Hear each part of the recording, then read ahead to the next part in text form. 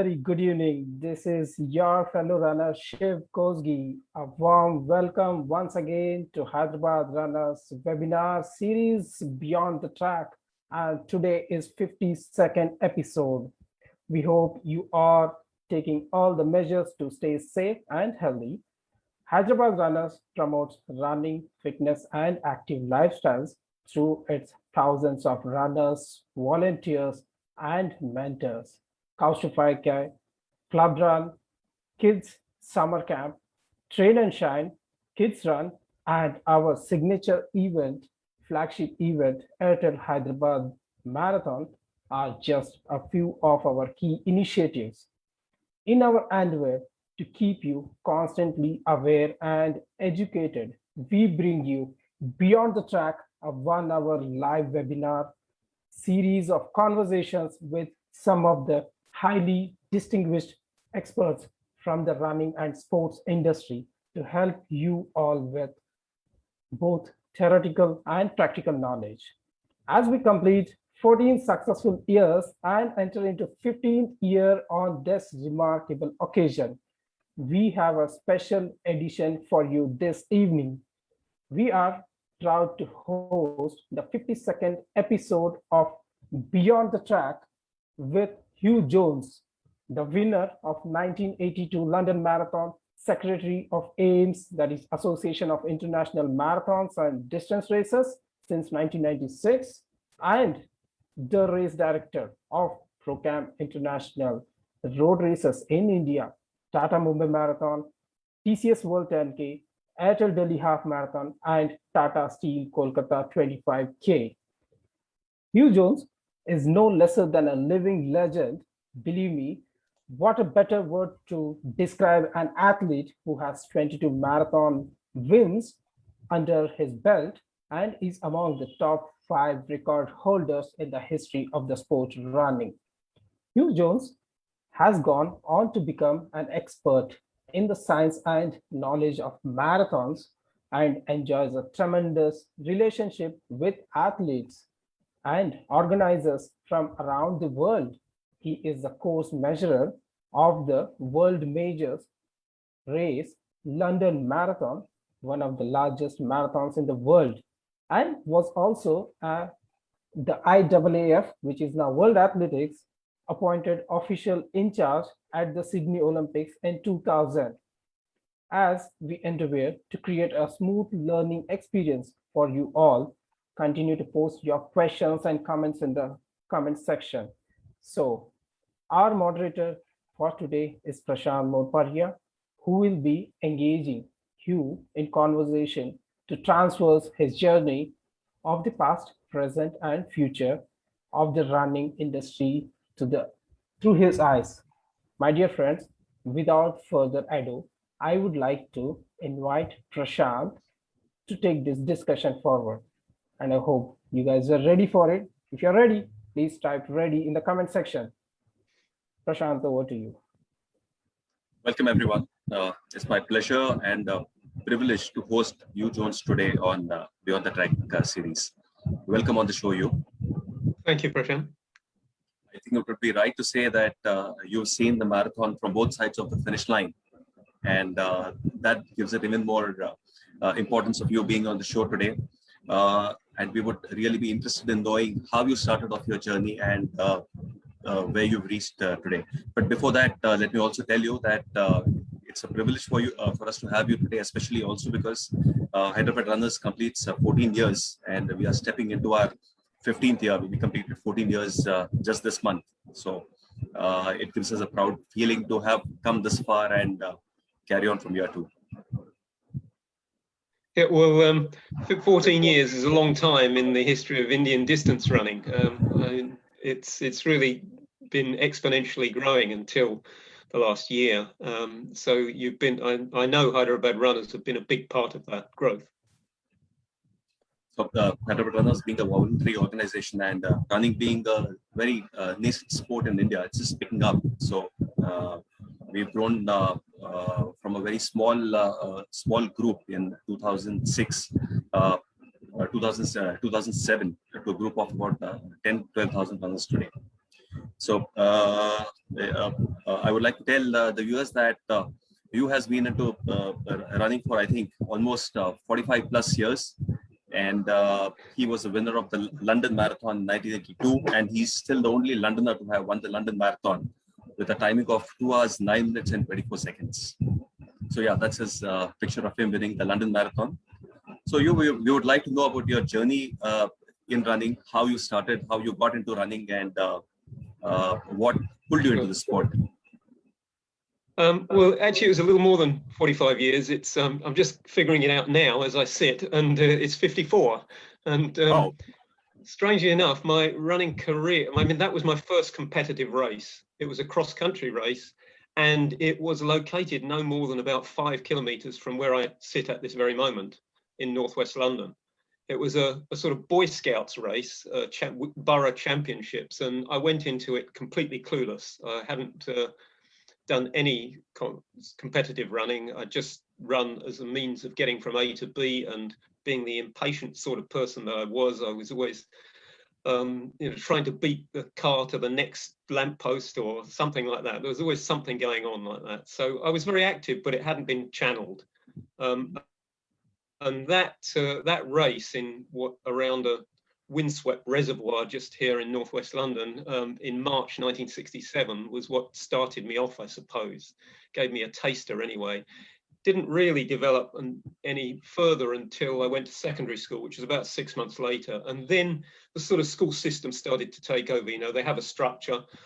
PE masters, or even in my case, a maths master, were always sort of unpaid coaches. They were, you know, giving of their own time to in their hobbies, and such was the case with me, where the maths master was an enthusiastic cyclist and runner. And he used to take the cross-country club after school. So that was how I became slightly more formalized in the competitions that I was put into. I'd say was put into because you just sort of took it as a matter of course. You're quite good at something, and you just accepted that you'd be pushed in a certain direction. You didn't really, it was easy. You didn't have to rely on your own initiative to take the next step forward. There was always something there. So I climbed from, you know, being the fastest in the class to the year to, you know, the lower school, the borough, and you know, there was that sort of natural sort of territory to explore until you got to the frightening event, which is I arrived at sort of probably about a year after I'd started running from that 1967 date, the all English schools cross country, and that was really terrifying as a competitive event. It was cross country raw, you know, with kids' elbows in your face and struggling to traverse muddy fields, and it was something that I hadn't really got used to, and I never really quite got used to it, although it was a significant part of my running career all the way through school and university. It was only when I started running a little bit on the track on the side, but I was a cross-country runner right through until the year I won London Marathon. Really, the last significant cross-country I did was in 1982. March that year, I was 11th in the World Cross Country Championships. So when we say cross country, you're talking of a mixture of trail as well as a road course? No, there was the cross country. There was no road or very little road. It wasn't trail. It was sort of mud and ploughed fields and fording streams, that kind of thing. It was quite, you know, it wouldn't pass the safety standards nowadays, I don't think. And what is the distance of the cross-country race? Well, it varied according to age, of course, but I started off with, and that's probably what helped my endurance development. I sort of started off with, and it wasn't cross country where I was training. It was sort of half road and half riverside towpath. But it was a Thames towpath before the year when we had flood prevention barriers constructed. So quite often you'd be sort of shin deep in Thames water as you sort of came back from along the towpath on the other side of the river. it was quite, it was part, that was part of the course really in cross country running it in those days. And when did you run your first full marathon distance? That wasn't until 1978. In a place, well, it's the southwest extremity of the English mainland, called Land's End, appropriately enough, and we ran 26 miles from Land's End, sort of towards London. Didn't get us very far, but it was a point-to-point course like that, and I went into it very conservatively. I hadn't. It was just a toe in the water sort of exercise. I hadn't really done the training. I was probably running about 40 miles a week, something like that, 45 perhaps at most. And of course, the marathon was more than half of that weekly mileage all in one go. But I took it very easy the first 10 miles. And it was a tough course. It's probably the toughest, one of the 2 or 3 toughest courses I've ever run as a marathon. Switchback sort of country, and quite a long dragging hill from 18 miles for a mile and a half.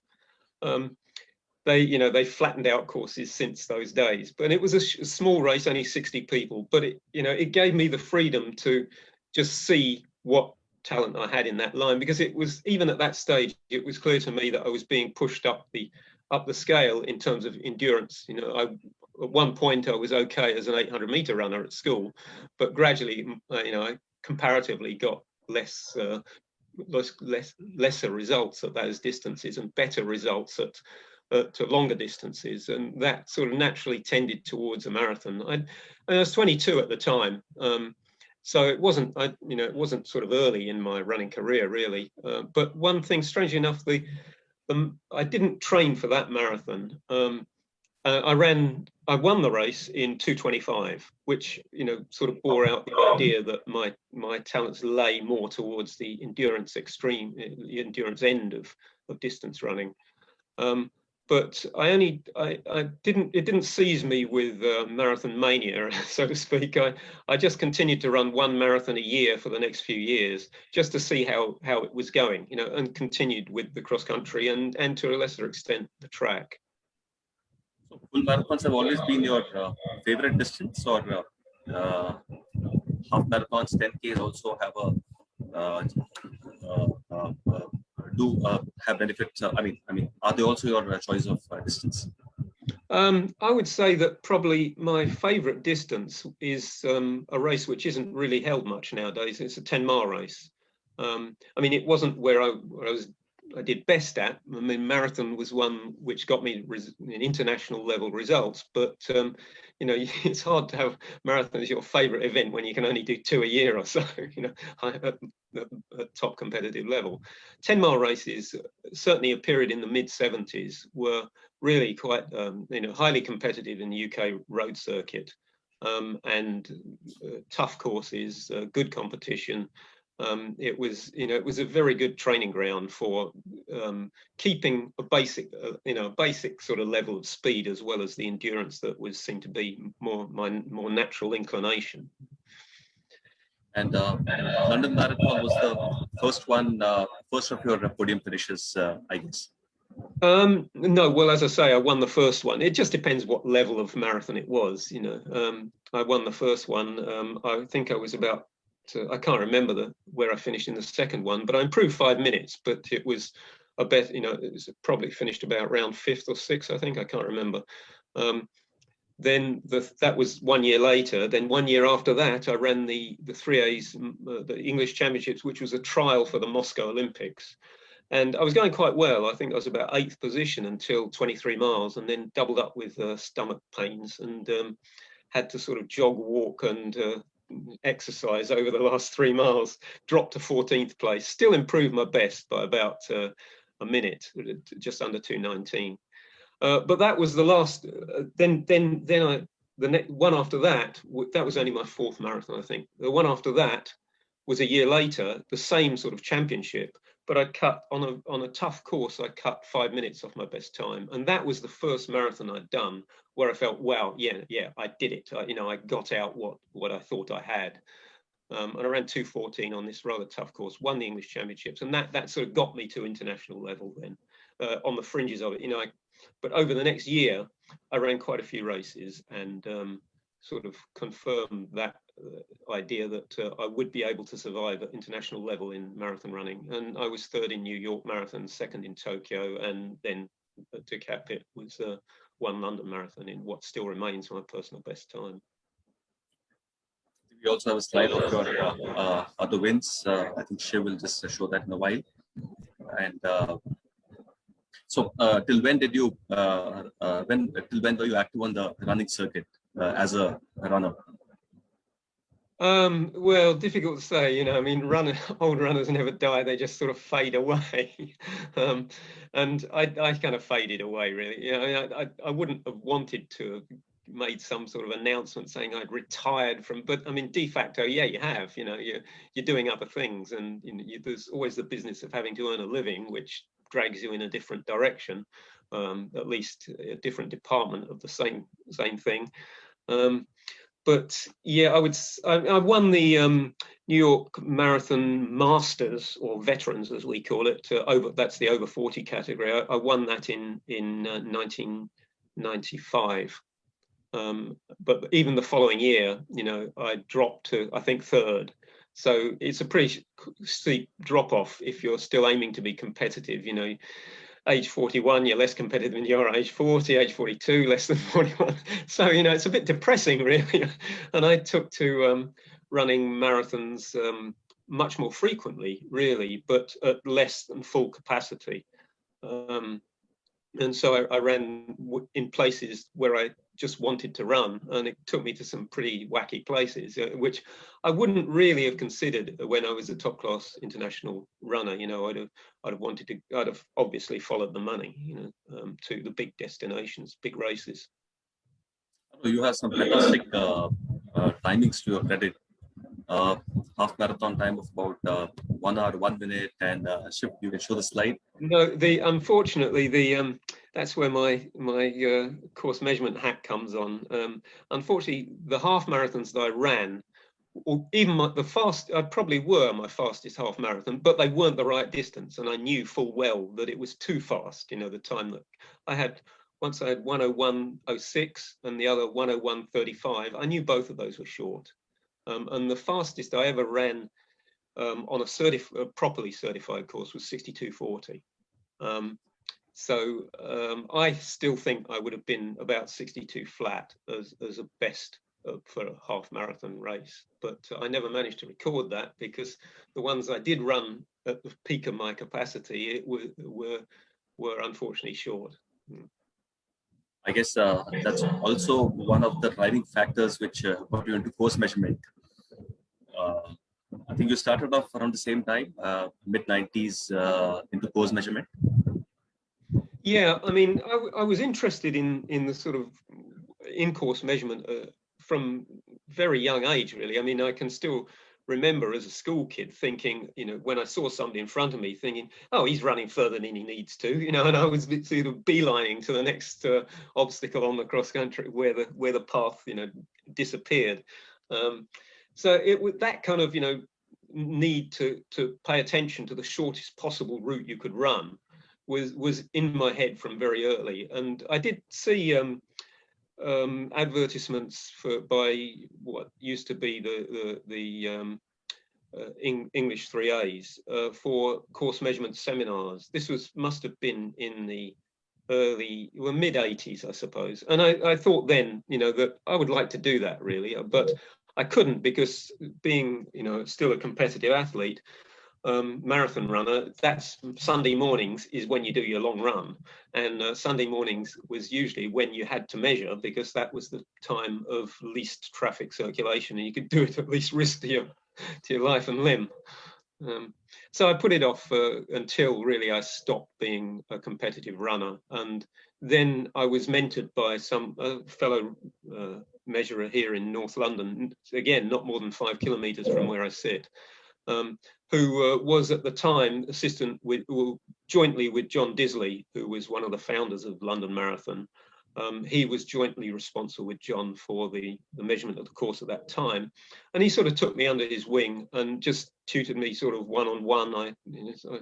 They call it sort of monkey see, monkey do, and so I just imitated what he was doing, and he was kind enough to give me quite a lot of the background and explanation behind it, and I very quickly picked it up. And I think anybody would really, if they were interested, anybody would pick it up quickly with that kind of one-on-one tuition.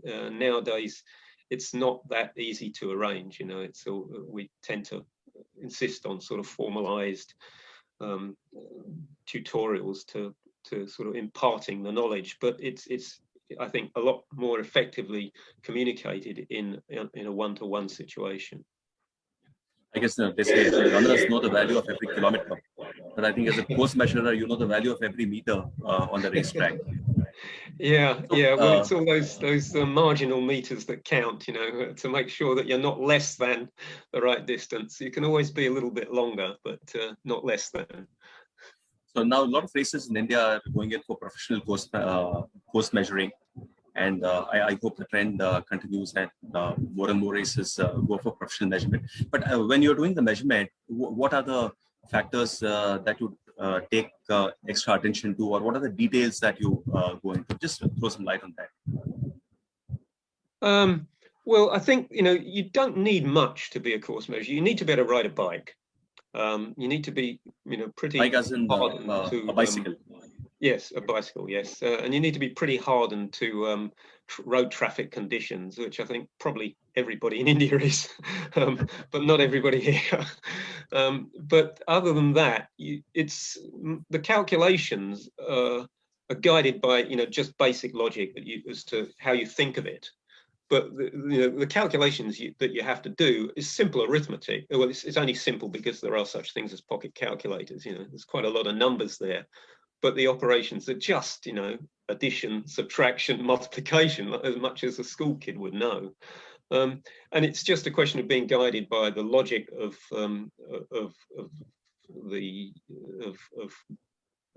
sequential measurement, I suppose, is the easiest thing.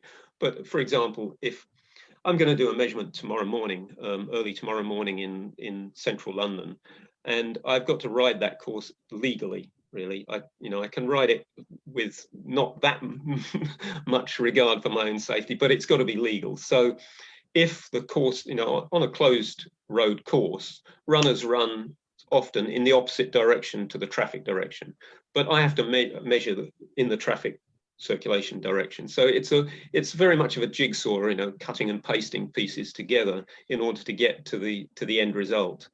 But I find it very interesting doing it. So when you're actually measuring the course, do you take the shortest distance from point A to point B, as when you have too many turns? You take the shortest distance of the turn there? Yes, you go from, say, if there's a bendy road, you go from the cusp of one bend to the cusp of the next bend. And you're just eyeballing all the time to make sure you're taking. And that's where, you become an unpredictable factor for other road users. And you've got to be very, very careful that there's nobody behind you when you start tracking across the road on that shortest possible route, and they come whoop and shunt you up from the behind. Yeah, unless you have traffic restrictions on the course measurement time as well as when you have the race. Yeah, on big events, they can arrange that, and on other events as well. I mean, in Mumbai, I get very good support for it, but it's not police support, but it's very good support from the organisers themselves. And some races manage to get police to support you. In London, they just don't want to know about it. They just agree to turn a blind eye, basically, when we do this. And when we do a complete course length measurement, we call in, at great expense, really, we call in the line painting, the highway line painters, who have very big vehicles with very prominent flashing lights and can draw attention. Then you can go the wrong way down the road. It's quite an exciting setup, actually, when you have all that kind of support. And when you do the course measurement, do you also go back and verify it with the GPS measurements, or do you have a backup also to cross-check? No, it works the other way around, really. GPS measurements are quite useful in terms of getting a rough idea of how the course length. but the method that we use is very primitive, but it's more accurate than GPS measurement. I mean, it's because you're measuring A to B. You're not measuring the position of point A and the position of point B, and then and the intermediate. If you in urban conditions, especially central city locations, for example, Canary Wharf in London, the financial district, the roads are like canyons, and same as New York, where you get very little sky space in which so the GPS signal is not proper. Yeah, I mean, and in those conditions, satellite GPS measurements go completely haywire, and they're quite obviously wrong. So it might be telling you you've come a kilometre, but because the signal is bouncing around off these different buildings, and it makes it look like you're zigzagging across the road, and it comes up with a mile after 3/4 of a mile. It's that inaccurate under those conditions. But in other conditions, I once ran the Sahara Marathon, 2002, I think. I ran the Sahara Marathon, which was on quite good surface. It's sort of flat, it's hard packed sand, quite almost like a cinder track. But there, you've got this big open sky. You can spot any number of satellites, and it's probably pretty accurate to go from point to point as long as you identify the points. But I guess that's not possible in a city marathon with so many obstructions, trees, buildings, and what have you. Unfortunately, we always get people coming up to you at the finish line saying, "Oh, that course was short. It was long." They hardly ever say it's short. Once or twice they've said it's short, and there are specific reasons why they've said that, and understandable, according to the technology. I guess that's always a race director's nightmare, having to explain the distance. Why is it short, or why is it long, or why is it not tallying with the GPS? And it can be highly embarrassing. Of course, it's short. Of course, it is. But in the main, here in UK, when we find a course is short, it's almost always because it's been set up incorrectly. What was measured is not the same as what was set up and run by the runners. But it's quite easy to detect that now with GPS traces. Runners uploading to different applications. You can view those traces, and and it's very instructive to do so, because you'll see that when runners, it's not really where the runner could have been running, because it might be through a building, or it might be the wrong way down an open road. So that they didn't run exactly that route. But you can see that there will be a great variation in the results that they return. So when people say that they've run longer than they have to, they almost certainly have, because the theoretical, I mean, the GPS tends to overestimate it anyway. But even if it didn't, it's almost impossible for a runner to run the theoretical shortest possible route. You've got hundreds of people around you. You can't hit the cusp of that curve and shave it to the shortest possible route. And by choice, you might be going over to one side of the road to get a drink, or going wide around a roundabout because it's less crowded. Or there's any number of reasons good reasons why people would choose to run slightly further than we measure as course measurers. I guess, as I say, the Formula One circuit, the ideal lap is always a fallacy. It's always in theory. It never actually happens in practice. Yes. It's a theoretical construct. If you imagine it as a string sort of pulled tight between the curbs, that's almost what it is. I mean, we don't go. Of course, we don't touch the curbs. We leave about 30 centimeters clearance, assuming that runners' feet can go there. But very often, they will be very rough margins to the road. So runners wouldn't do that. They would go around, they would go further around those rough patches. Or if there's a camber, for example, they would stick to the center of the road. So there's any number of good reasons why people might want to run slightly further than we measure. So when was the first time you actually measured the London Marathon course?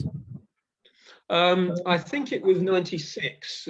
As I say, at that time, I was measuring as part of a team, a junior member of part of a team, and I took the job on myself as a sort of lead measurer. Well, within a couple of years, probably by '98, it was basically my measurements that we were using. That's the time you transited from being a runner to being on the other side of the finish line. Yeah, it was around the same time as I became AIMS secretary in '96. I started as a measurer at the end of '94, and the measurement was useful really in the AIMS work as well. It allowed me to double up functions. Yeah. So you joined AIMS in 1996, I guess. Yes, I was sort of part of a short list, but in the end, they, rather than have sort of interviews and so on, they just appointed me. I'm not sure what lobbying was done by who, but I benefited from it, I think. I guess it's always good to have someone who's had the practical side of things to be on the board. But yeah, tell us more about your role with AIMS. Yeah, with that, just as a runner, I was familiar with a lot of the AIMS race directors, from having run their races. So that was a benefit as well. I was part of that world. No, we also wanted to know more about your role in AIMS. What do you do in AIMS, and how do you handle the role? Well, my job title is secretary. So in the past, I was the only paid employee, and it was supposed to be a half wage, sort of half-time job. But it has a way of growing and taking you over, and I just devoted whatever hours I had spare to it. Well, not spare, however many hours I could to it.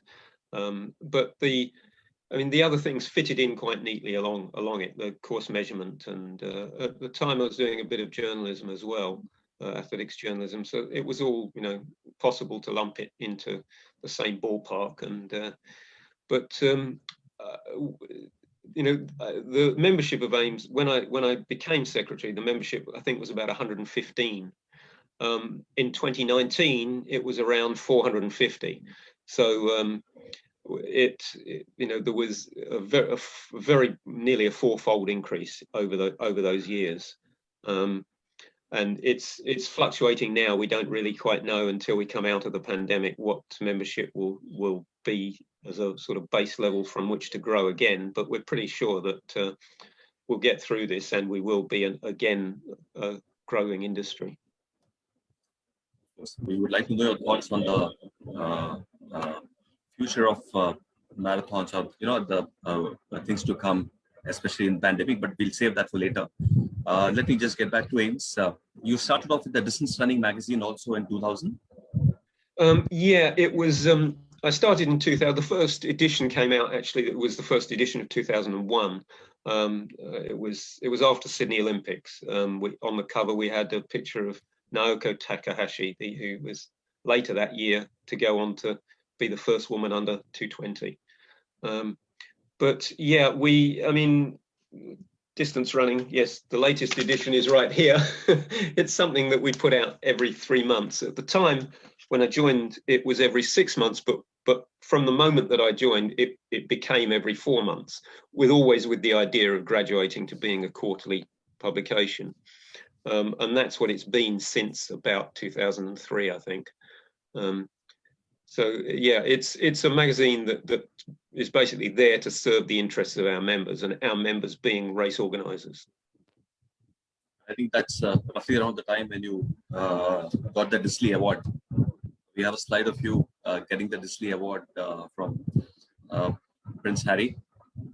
With Prince Harry, yeah. Yeah, well, there's a story here. Yeah, the woman on the right is John Disley's wife. John Disley had died just I think the year before, and Sylvia Disley was presenting me with the trophy, and Harry was also there, being on his doorstep. This is just a couple of 100 meters from the gates of Buckingham Palace. But the trophy that I'm holding, I actually won it twice for two completely different things. For the first time, I won it in 1982 as winner of the London Marathon. And they had to retire that trophy because it was the Gillette Trophy. And Gillette ceased to sponsor the London Marathon after the third edition. It became Mars, I think. They retired that. It sort of was in I don't know where it was for years and years and years until they dreamed up this Lifetime Achievement Award, which I think Paula Radcliffe was one such recipient, and I got it one year as well for, I guess, for the sort of services to the organisation of running rather than running itself, as that had been the first time round. And I guess that's also roughly the time when you started taking up the Standard Chartered Marathon in India, or you started associating with the Procam in India. Yeah, well, that was an interesting story, actually. I remember very well the first time that I met Anil and Vivek in London at the 2003 London Marathon, because my coach, Alan Story, who was the general manager of London Marathon at the time, had been out to Mumbai in, I think, March of that year. And he'd looked at the Mumbai and, as a possibility for a course, a start-finish area, and just, cast his expert eye over it. And was asked, Anil and Vivek asked him if he'd be interested in becoming race director, and Alan said, well, no, I'm afraid not. My duties with London preclude that, but I know a man who might be interested, much to my benefit and delight. He introduced me at London Marathon 2003, and we both of us came out together the following month to Mumbai for another look round. And that was how I started to become involved with Mumbai Marathon, well, with Procam and Mumbai Marathon as the lead project at that time. That, I think, must have been the third or the fourth year of the Mumbai Marathon.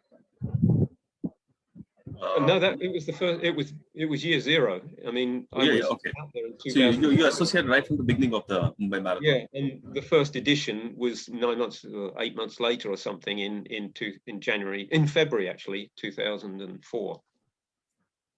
Yeah. I think that's the time when India had hardly heard of marathons, or rather, India didn't have too many marathons being organized in the country. People had to go abroad to run. So, yes, but now there weren't that many Indian runners. I mean, I remember training run up and down Marine Drive, and seeing the number of people running was about, I don't know, maybe 4 in 100. The other 96 would be walking, and walking was, a recognized activity, but running was certainly alien at that time, really, too, and for good reason. I mean, it's tough conditions, to be a runner in Mumbai or almost anywhere in India. Especially Mumbai, with the high amount of humidity, it's probably required double the amount of hydration. And the traffic, both human and vehicular, as well, which make it difficult to find, easy training routes, I think. Having been involved in Mumbai Marathon for so many years, or rather, having been involved with the marathon running for so many years, how do you see the growth of the marathon? In fact, we have a question from Dinesh Heda, who wanted to know that in the last 15 or 20 years that you've seen marathon running growing, which period do you think has seen the maximum growth in terms of number of races, or in terms of number of runners? Yeah, it's a difficult one because it's varied over the different continents. I mean, when I won London Marathon in 1982, we were having something of a boom, and that year, I think there were like 120 marathons run in UK, and gradually it tailed off. I mean, people all wanted to run a marathon at that time, even though it was inappropriate for a lot of them. So it took a while to stabilize after that, but that was definitely a boom period in UK and in Europe more generally. US had probably started that boom a little bit earlier in the late 70s on the back of the Rogers versus Shorter sort of scenario, and with the success of, for example, Alberto Salazar. but you know, it takes something like that, like national heroes at that level, which really stimulate domestic take up of the sport. I mean, in India certainly it was Mumbai Marathon eventually which sparked I can remember we were fearful of that first year, we were fearful of getting insufficient entries, really. I mean, people, you can see it was a whole, you know, huge culture shift from what had been done before to what was going to be done under the new template. It was only at the very last minute that we started getting entries rolling in at like 1,000 a day. You know, this is, and when I say last minute, I don't literally mean that, it's the last 10 days. And we got, you know, picked up, and we had, I can't remember what the size of the field was in that first edition, but it was certainly, you know, we were very relieved to get that number of runners after, you know, people had been seen to be so standoffish earlier on, and now it's very much turned around. And you know, we have to.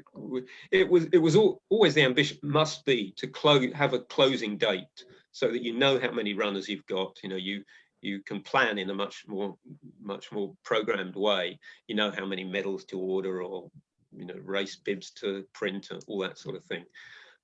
So that first year it was very volatile, you know, but eventually with people's enthusiasm coming, and you know, where demand started to exceed supply, then it made it much easier to bank on certain numbers and provide and make best provision for them in that way. I should congratulate you here, because the Mumbai Marathon still stands tall in terms of number of runners, the kind of crowd support. It's one of the best races in India. So let me also have a small question for the audience over here. All those who have run the Mumbai Marathon, please type yes in the chat box. Let me see how many of you have actually run Mumbai. And if you haven't, that's the one to definitely go as and when the races start happening. Well, yeah, it's strange. The success of a marathon event is probably very, very different to the success of a marathon competitor. You know, I mean, I always thought of marathon running as a highly individual sport. You know, you just rely on yourself. But in marathon organization, it's certainly the team that counts. And you know, we've grown a very experienced team in Mumbai, and the turnover is not. Its turnover is you know, not small, but it's sufficiently paced so that people grow into their jobs, you know, and they know what to do, and they sort of develop that expertise and can pass it on. I guess success of a marathon depends on 3 or 4 factors, very important. Other than the participation, it's also the organizing team, how good it is, the support from the civic authorities, the government, and probably also support from the city as such. Oh yes, definitely. No, they're the number one. I mean, if the city didn't want it, it wouldn't go on. It wouldn't be put on. You know, I mean, we're definitely servants of their interests. We want to be. You know, we want to project the city as a joyful place. So, you know, there's all sorts of benefits that marathon can bring, and we're also aware, of course, of some of the problems that it can create, like, of course, traffic, blocking the traffic for a best part of a day. Coming on that subject, in fact, we have a question from Amit. He says, as a race director, would you like more runners or more spectators? And what's the ideal balance? Yeah, well, I'm in a difficult position here because I think I would prefer more spectators, because Mumbai Marathon, it's different if it's just a marathon, you know, like London is, or Berlin, or, you know, then it's just a question of what the capacity of the road is. But in Mumbai, we have, you know, a series of interlocking races with different start times, slightly different routes. And it's a very complex jigsaw in terms of fitting them together in such a way that they don't chafe against each other. And sometimes we have not been successful in preventing that. But I mean, as I say, we've grown through the years, and we've pretty much developed a way of keeping, although there are all these events going on, we're managing to keep them fairly well insulated from each other. And we can only do that if the numbers are not limited, but managed in carefully. So I wouldn't want, free fall growth in the number of participants. I think it would add to the.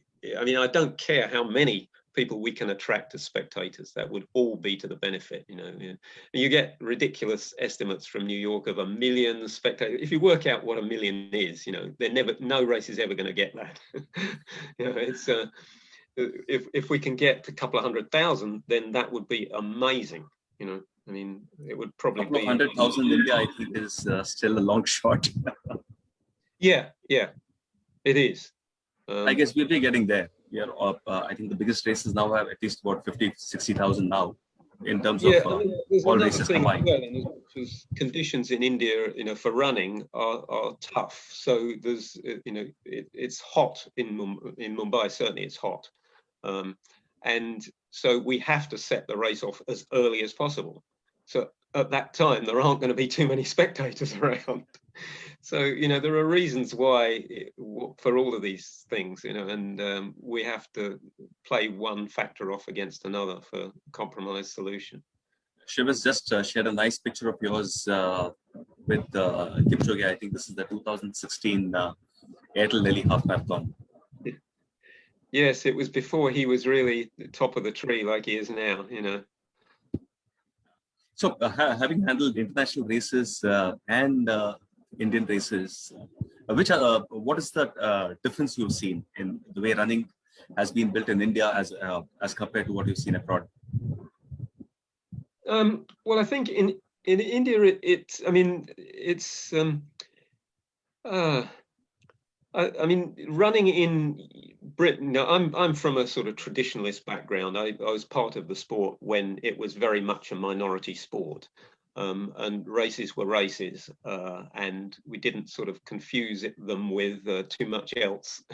But more and more as the sport has grown and entered other kinds of groups of the population, they become more festival-like.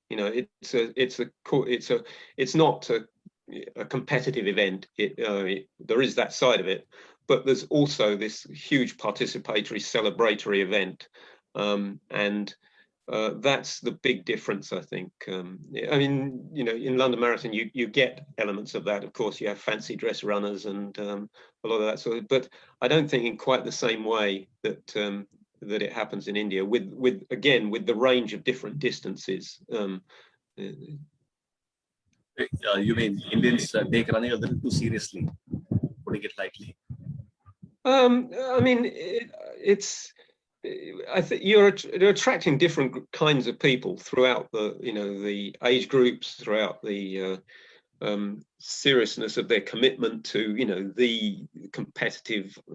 I've seen the fun run in Mumbai. I think the kind of culture is coming in now where people do dress up in I think costumes and come for the run and take it as a, like you said, take it as a festival or take it as a fun run or make it a family and friends affair, stuff like that. So having said that, actually, the running environment has grown quite a bit in Mumbai, especially on the Indian amateur running front. We now have runners who are breaking the 3-hour mark. I guess for the world majors or marathons in the western side, breaking the 3-hour mark is not a big thing. It's coming into India now. And do you think this will encourage the growth of the events and the current running scenario? You think India is slowly getting up there as compared to the Western regions? Yeah, I mean, I think it's always difficult because conditions in India are not conducive to distance running particularly. I mean, maybe some of the you would imagine that there might be some people living at higher altitudes in India that might be more suited, but then again the terrain is difficult. It's not like the Rift Valley and the plateau of East Africa sort of thing. I think I guess you need a suitable environment to get there, but at least on a limited in terms of very limited numbers, you can concentrate resources on people, in a training camp environment, and the level of performance improves. And we've seen that with the ProCam Endurance project. The people now, the men are running 215, 215, 216 in a way that before they weren't breaking 220. So, I mean, that is a step up. And the women as well, women tremendously, going from around 3 hours to, approaching 2.5 hours. That's a huge improvement. I mean, and I'm just talking about the very peak elite performers, So, last couple of years, we've hit that hurdle of COVID and races aren't happening. I think the runners are a very depressed lot, at least presently, with no physical races happening. When do you think the situation is likely to change? And do you think the actual physical races will be back in? Yeah, well, of course, it depends where you are in the world.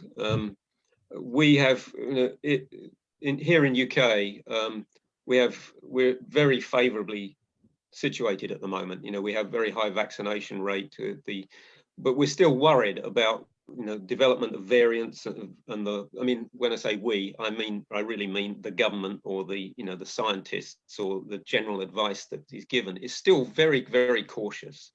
And I think the same is true in other parts of Europe, where we're fighting a sort of so far losing battle against the authorities to demonstrate that open air transmission of COVID is not a big thing. I mean, it doesn't really happen. If its transmission is almost entirely indoors, an indoor phenomenon. And if you're going to open up cafes and restaurants, why on earth aren't you allowing open air running events, where people aren't breathing into each other's faces or across the table? It's very frustrating in a way, but I think it's on the cusp here in UK of opening up again. I mean, that's why I'm going out tomorrow. I'm measuring a 10K event, which gets in the past was getting 25,000 runners. I don't know what they might be limited to by the current regulations, or whether the social distancing is, I mean, it's supposedly on the 21st of June we'll get rid of social distancing, but there's a lot of umming and ahhing, and it's not at all sure whether that will go in, be enforced as announced. It may well be going back on that, and will be. Well, I guess that's a glimmer of hope, and once events start happening and they're safely conducted, I think it should hopefully increase. That's it. We're just missing that opportunity to demonstrate that they can be safely conducted. As far as AIMS is concerned, would AIMS be specifying any specific conditions for races in the near future, especially keeping the COVID restrictions in mind? We don't really feel that's possible. Every country has its own regulations, and they change from day to day. So you can there's certain basic things like social distancing at the start, larger start and finish areas, staggered starts throughout the day, small groups going off, and the usual sort of sanitization and protective clothing, and toning down some of the things which are, getting rid of some of the indoor functions, like collection of bib numbers, or putting them in an outdoor environment or just using mailing out. There's things like that. But in terms of individual countries, the conditions that apply are so different. I've just written for the next edition of our magazine, I've written to quite a few race organizers in different countries, and for example in Chile, there's no thought of organizing any races. I mean, it's all about still being on lockdown. And from there to the situation in the US, which seems like it is going to be opening up very, very soon. The New York Roadrunners Club are already holding races with 3,000. It's supposed to go up to 5,000 next month. And so, looking towards New York Marathon, it's quite possible they might have a field of, well, I think they've suggested that 30,000 may be possible, which is that's also a big number. Get. And I guess now with COVID coming in, the second wave, third wave in different places, I think each country will have to have their own restrictions, or each race will have to specify its own SOPs to hold it. We Yeah, sure I mean, hope that. and particularly, I think the vaccination rate is crucial. You know, I mean, there's been here in, you know, first we had the UK variant, then we had the Indian variant, and there's always, but each time we get a variant, there's yeah, higher level of infection. But you know, we now in UK we're very highly vaccinated, and it's been, I think, you know, it's taken them a long time to admit, but the vaccination seems to work against all the variants we know so far. So it's very encouraging news on that department. So in 2019-20, we had that attempt for a sub-2 full marathon, which was of course done in specific conditions, and then with COVID, a lot of things changed. So when do you think we will actually be able to break the sub-2 barrier for the full marathon? Now that the running started again. Yeah, it will be a while yet. Yeah, I was highly impressed that he managed to break. You know, Iliad managed to break 2 hours, but the conditions were extremely favourable for him. You know, I mean, he was shepherded around that course. You know, didn't run a metre more than he had to. You know, pacemakers to guide him, sort of both psychologically and for aerodynamics. You know, they did a lot of tests in wind tunnels to suggest which formation was best able to protect him from the wind, or from the moving air. You know, even if it was still air, he had to move through it at 21 kilometers an hour. But do you think this last 1.5 year gap would have put athletes on the back foot, would have affected their training, or would have affected them mentally? Because you know, you're off the competitive races, you're waiting for things to open, you're still not able to predict what's going to go on. So how do you think it would have affected the athletes? Well, it's very mixed picture, I think, because on the one hand, yes, you've got the possibility that may have disconcerted people.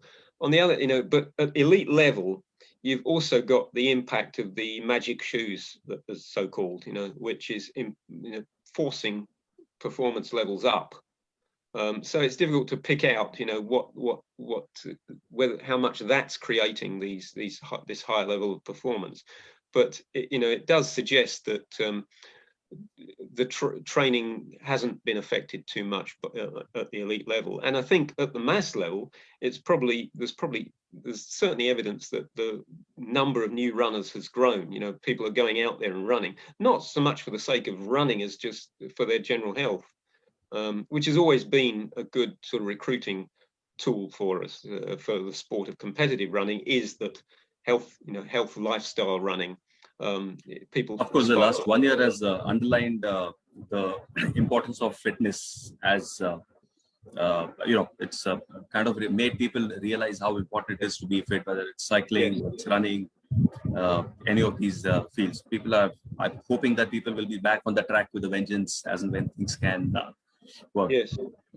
And and also, I think we're looking in India, we're looking at probably with the second wave of COVID coming, we're still a few months away. I think we still will be a little behind the national circuit to get back on the running track, but we're hopeful that we should be there soon. But interestingly, you've handled various roles as a runner, then as a race director, as a course measurement, various roles on the running circuit. You think there's a good future for someone who wants to someone in India who wants to make a full-fledged career in such kind of quasi-running roles? It make a full-fledged career of what exactly? What aspect? Running-related roles. Yes, definitely. I would like on the technical side. I'd like to see some a lot more course measurers in India. And I'd like to see them richly rewarded for their services. I guess with the growth of marathons, that should slowly come in. At least that's what we hope. Yes. Yeah.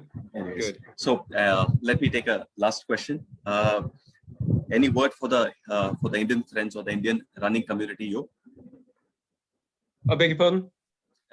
any words of advice or anything to say to the Indian running community or the Indian runners? Oh, I think it can only be words of encouragement at the moment, just to stay strong and, get through this. It's hard to set new goals, but there's certainly a goal would be to emerge from the other side of this crisis in best possible shape.